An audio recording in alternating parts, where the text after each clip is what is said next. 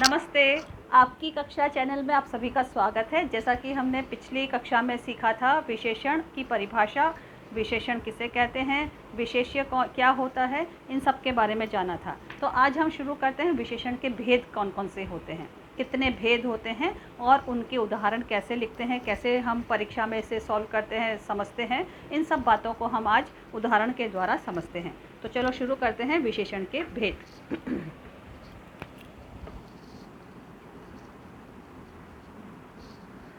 तो आज का विषय है विशेषण।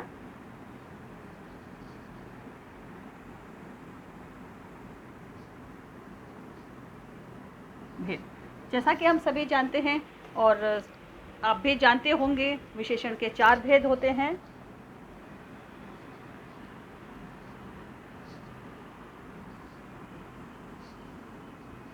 पहला गुणवाचक विशेषण,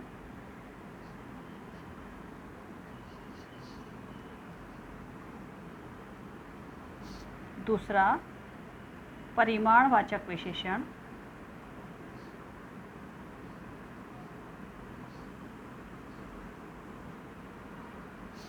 तीसरा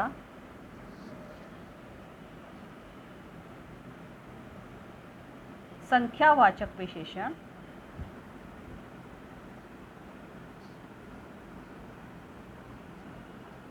और चौथा है सार्वनामिक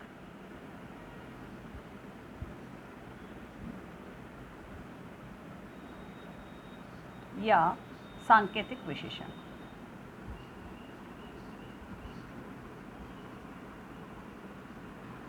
ठीक है, तो जैसा मैं इनका इंग्लिश वर्जन भी आपको बता देती हूँ। कई बच्चे इसमें कंफ्यूज होते हैं कि ये कौन सा विशेषण है, ये कौन सा विशेषण है। तो गुणवाचक विशेषण को हम बोलते हैं क्वालिटेटिव विशेषण।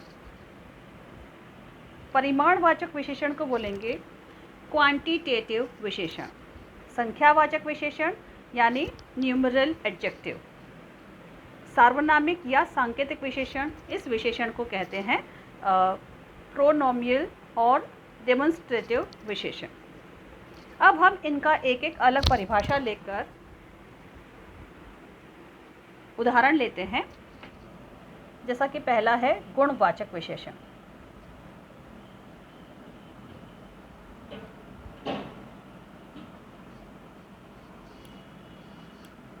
जैसा कि नाम से समझ में आता है कि जो विशेषण शब्द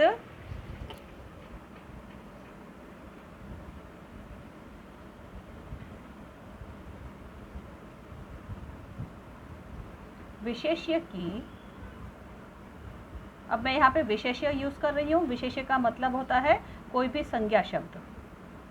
ठीक है, जो भी वाक्य में संज्ञा होती है उसे विशेष्य कहते हैं। ये हमने पिछले वीडियो में सीखा था। तो विशेष्य की, जो विशेषण शब्द विशेष्य की विशेषता बताते हैं, विशेष्य की विशेषता बताते हैं, उन्हें गुणवाचक विशेषण कहते हैं।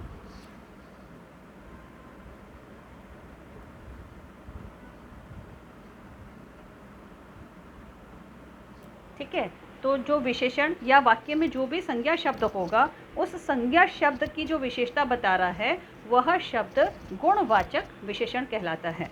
जैसे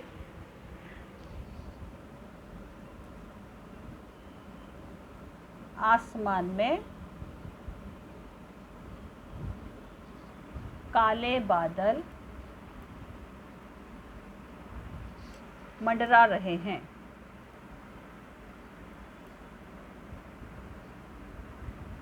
अब इस वाक्य में आसमान जो है वो एक संज्ञा है, काले बादल जो है वो गुणवाचक विशेषण कहलाता है। दूसरा उदाहरण है लाल गुलाब। ये पहला उदाहरण है और दूसरा उदाहरण हम बोलते हैं लाल गुलाब। जैसा कि हम सभी जानते हैं गुलाब है, ये संज्ञा शब्द है और इसकी विशेषता है लाल रंग। तो ये जो लाल रंग है वो गुलाब के गुण को बता रहा है, उसके रंग को बता रहा है। तो इसके अलावा गुणवाचक विशेषण में बहुत सारे हम विषय ले सकते हैं, जैसे लंबाई, गुण, दोष, आकार, या बुराई, अच्छाई, भलाई, या ये जो भी दोष होते हैं, कुरूप होना, दुष्ट होना, बेईमान होना आदि, या फिर रंग देख सकते हैं, काला, गोरा, हरा, नीला, जितने भी तरह के रंग हो, जितने भी तरह के दोष होते हैं, जितने भी तरह के गुण होते हैं, जैसे सुंदर, सच्चा, ईमानदार, बुद्धिमान, सुशील आदि, ये हमारे गुण होते हैं। हमारे कुछ दोष भी होते हैं, हमारे जीवन में कुछ रंग भी होते हैं, तो ये रंगों को हम गुणवाचक विशेषण में गिनते हैं। इसके अलावा दशा, जैसे कमज़ोर होना, मैं बहुत कमज़ोर महसूस कर रहा हूँ या कर रही हूँ, आज मैं वह व्यक्ति बहुत ही बलशाली है।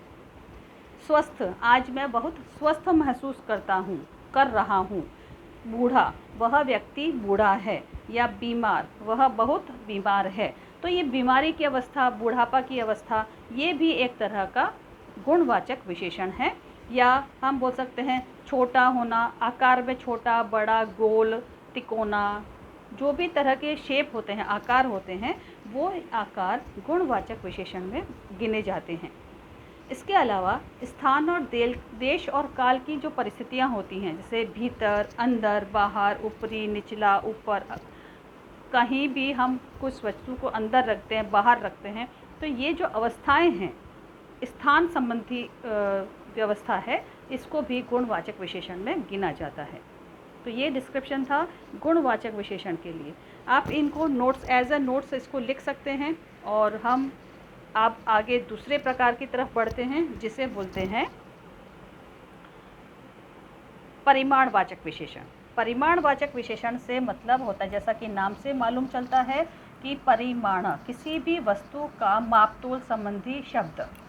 तो जिस वाक्य में जब हम किसी वस्तु के मापतोल संबंधी बातों को देखते हैं, संख्या को देखते हैं, तो उसे परिमाणवाचक विशेषण कहते हैं। दूसरा भेद है परिमाण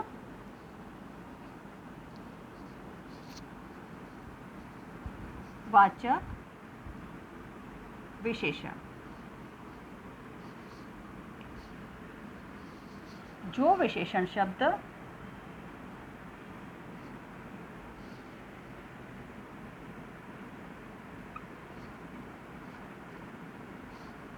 विशेष्य के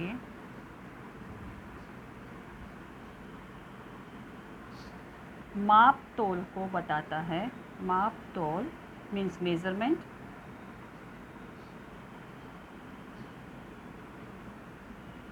या बोध कराता है, उसे परिमाणवाचक विशेषण कहते हैं।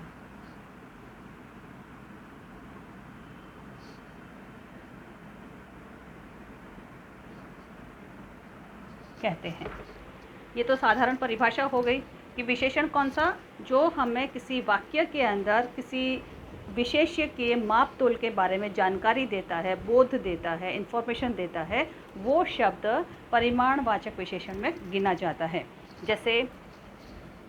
जैसे बाल्टी में 4 लीटर दूध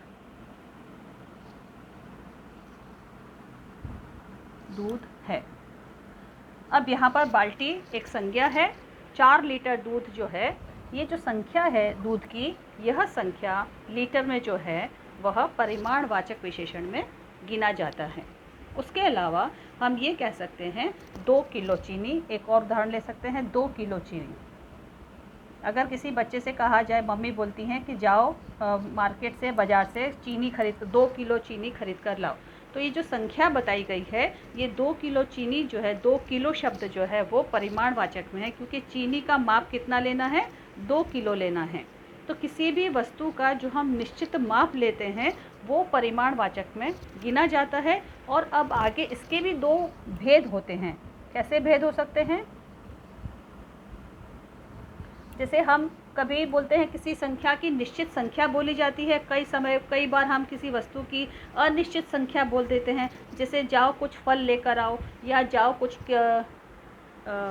शक्कर लेकर आ जाओ। लेकिन ये नहीं बताया जाता कि कितना शक्कर लाना है, कितना फल लाना है, कितने किलो फल लाना है, कितना लीटर दूध लाना है। कई बार हमें ये जानकारी वाक्य से नहीं मिलती है।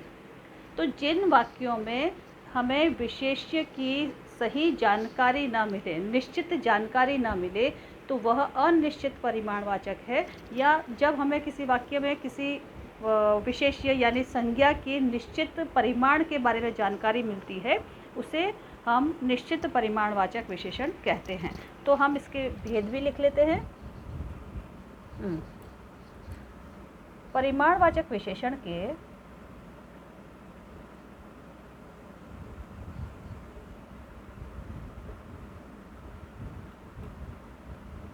दो भेद होते हैं। पहला निश्चित परिमाण,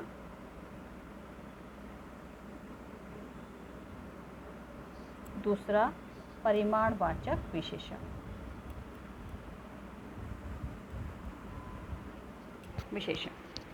और दूसरा होता है अनिश्चित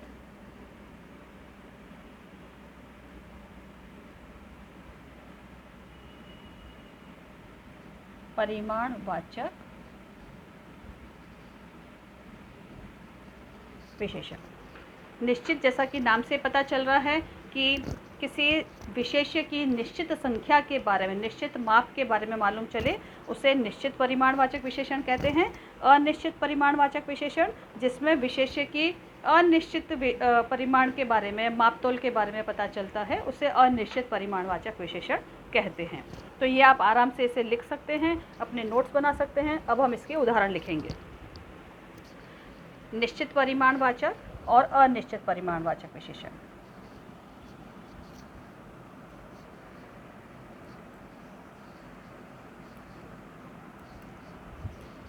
पहला उदाहरण है, मेरे पिताजी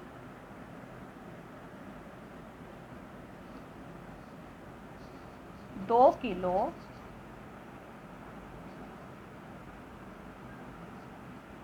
आम लाए।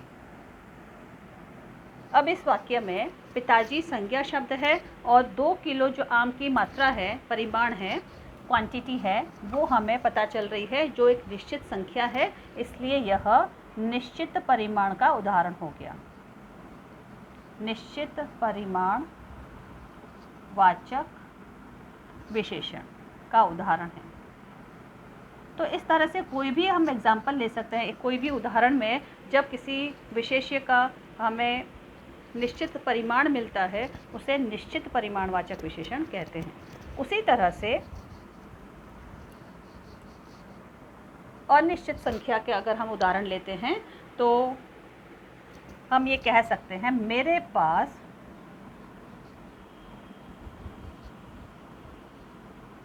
कुछ रुपए हैं। मेरे पास कुछ रुपए हैं, यानी रुपए तो हैं, लेकिन उसकी संख्या निश्चित नहीं है। इस वाक्य में हमें ये नहीं पता चल रहा कि कितने रुपए हैं। ये जो अनिश्चित संख्या है, ये अनिश्चित संख्या ही हमें ये बताती है कि ये अनिश्चित परिमाणवाचक विशेषण है। ये किसका उदाहरण हो गया? अनिश्चित परिमाणवाचक विशेषण का।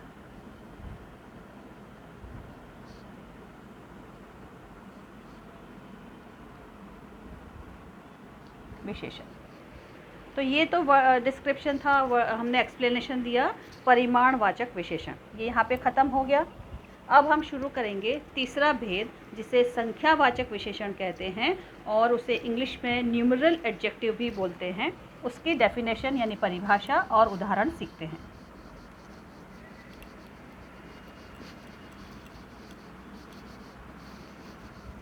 तो तीसरा प्रकार है, विशेषण का तीसरा भेद है संख्यावाचक विशेषण।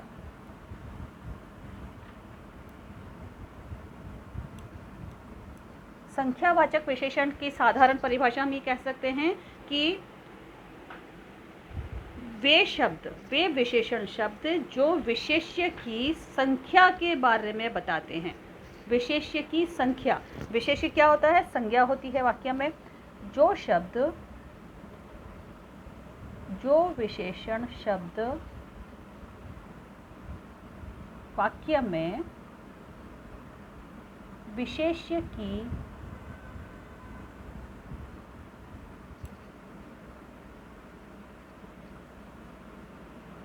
संख्या का बोध कराते हैं।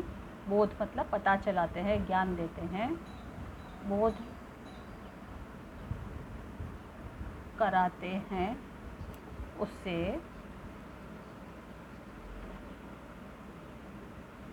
संख्यावाचक विशेषण कहते हैं।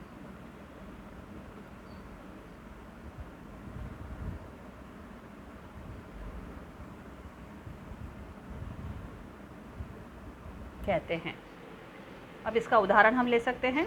जैसे इसके भी दो भेद होते हैं। जैसे परिमाण का हमने देखा था, परिमाणवाचक विशेषण, जिसमें निश्चित परिमाणवाचक विशेषण, अनिश्चित परिमाणवाचक विशेषण। उसी तरह से संख्यावाचक विशेषण में भी दो भेद होते हैं उसी समान में।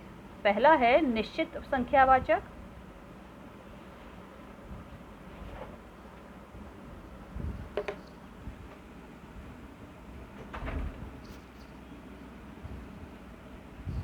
और अनिश्चित संख्यावाचक।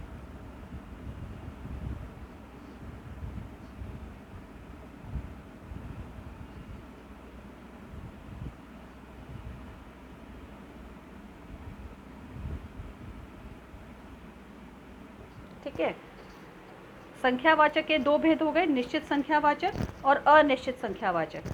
निश्चित संख्यावाचक वही समान रूप से हम कह सकते हैं कि विशेष्य की निश्चित संख्या के बारे में पता चलता है, उसे निश्चित संख्यावाचक विशेषण कहते हैं।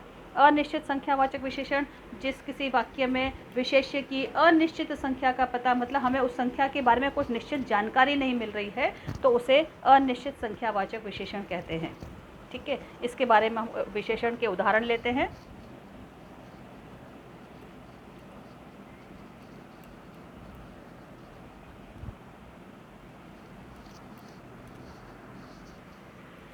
तो अनिश्चित संख्यावाचक विशेषण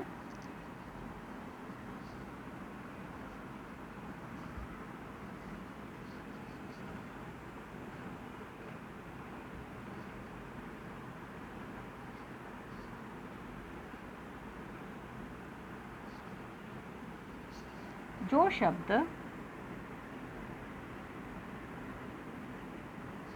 विशेष्य की निश्चित संख्या के बारे में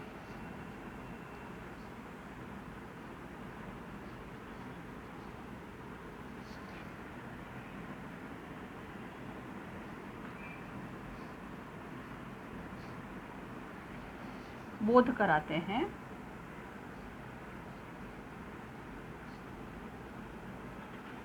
उसे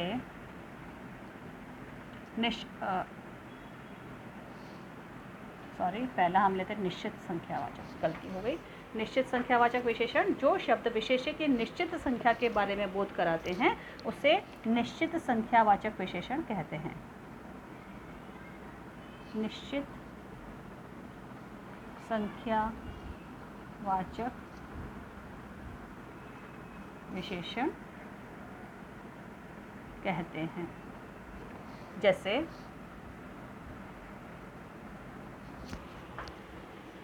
कक्षा में 30 छात्र हैं,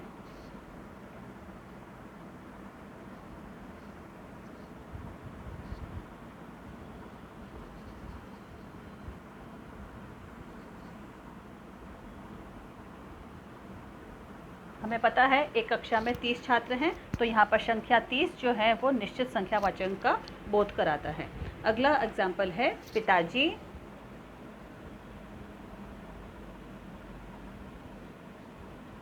एक दर्जन केले लाए। इस वाक्य में एक दर्जन जो है वो निश्चित संख्या, केले की निश्चित संख्या के बारे में पता चला रहा है, बोध कराता है, तो उसे निश्चित संख्यावाचक विशेषण कहते हैं। तो इसी तरह से किसी भी वाक्य में, कहीं भी, कुछ भी उदाहरण में जब किसी विशेष्य की निश्चित संख्या का पता चले, उसे हम निश्चित संख्यावाचक विशेषण कहते हैं। अब हम चलते हैं अनिश्चित संख्यावाचक विशेषण की परिभाषा की ओर।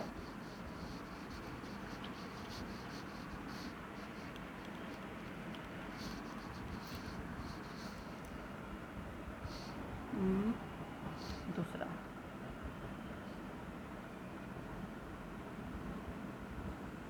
अनिश्चित संख्यावाचक विशेषण। जो शब्द विशेष्य की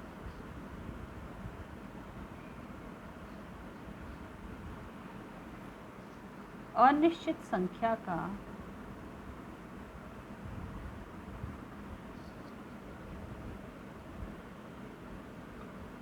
बोध कराते हैं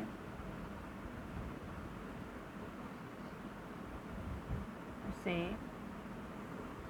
अनिश्चित संख्यावाचक विशेषण कहते हैं।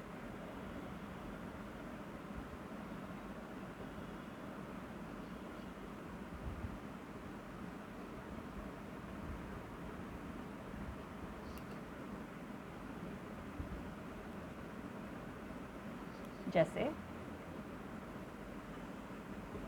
अब ये परिभाषा मुझे लगता है आपको समझ में आ गई होगी कि जिस वाक्य में विशेष्य की अनिश्चित संख्या का पता चले उसे हम अनिश्चित संख्यावाचक विशेषण कहते हैं।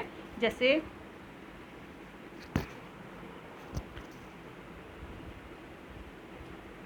मेरे पास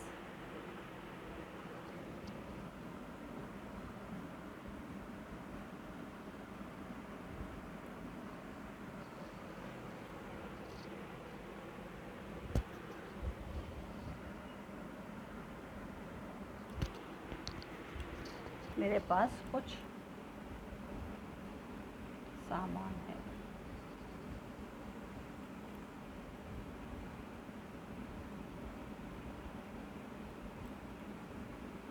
यहाँ पे कुछ जो है वो अनिश्चित संख्या बता रहा है, तो ये अनिश्चित संख्यावाचक विशेषण हो गया।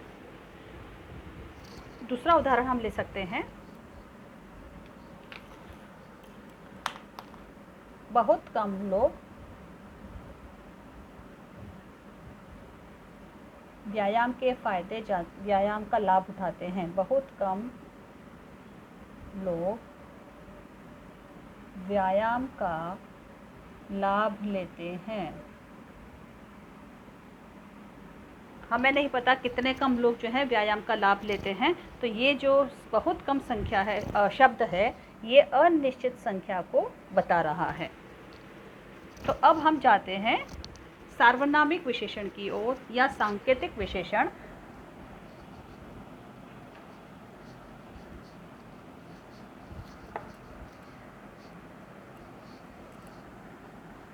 चौथा भेद है विशेषण का, सांकेतिक और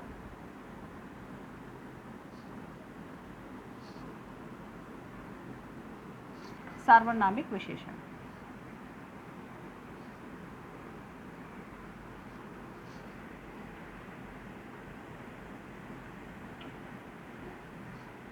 परिभाषा, अब हम इसका परिभाषा लिख लेते हैं।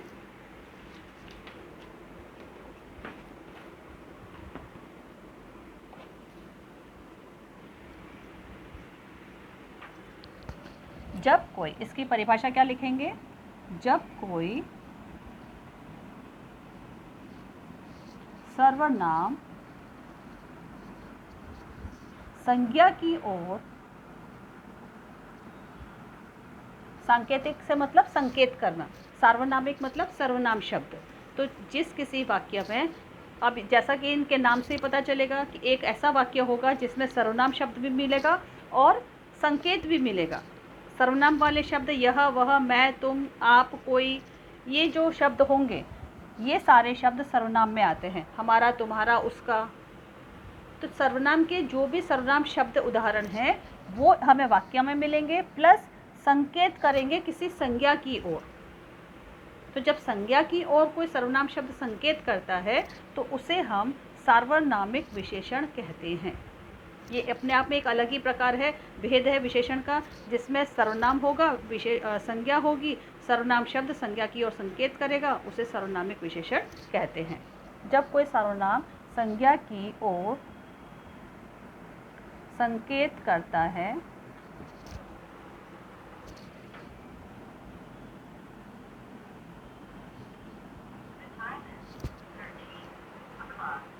तब उसे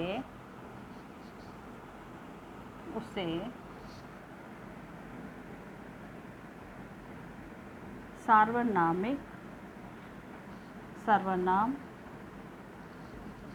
सार्वनामिक या सांकेतिक विशेषण कहते हैं।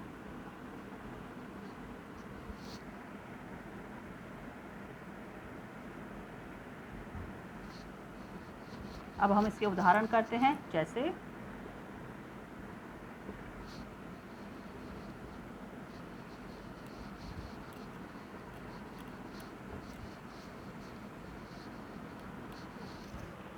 जैसे चोर आदमी पकड़ा गया। पहला हम उदाहरण लेते हैं, चोर आदमी पकड़ा गया। इस वाक्य में जो चोर शब्द है वो सार्वनामिक विशेषण है। दूसरा हम लेते हैं, हमें गरीब लोगों की सहायता करनी चाहिए। दूसरा उदाहरण है, हमें गरीब लोगों की सहायता करनी चाहिए। यहाँ पर हमें जो है वो सार्वनामिक विशेषण है, क्योंकि यह गरीब लोगों की तरफ संकेत कर रहा है, इसलिए इसे सार्वनामिक विशेषण या सांकेतिक विशेषण कहते हैं। उम्मीद करती हूँ विशेषण के ये भेद और विशेषण का जो पिछला वीडियो मैंने अपलोड किया था वो आपको अच्छा लगा होगा, और ये विशेषण आपको विशेषण के भेद का वीडियो आपको विशेषण विषय समझने में बहुत मदद करेगा। और आने वाले टाइम में मैं और इसी तरह के कुछ वीडियो अपलोड करूँगी। उम्मीद करूँगी आपको ज़रूर पसंद आएंगे।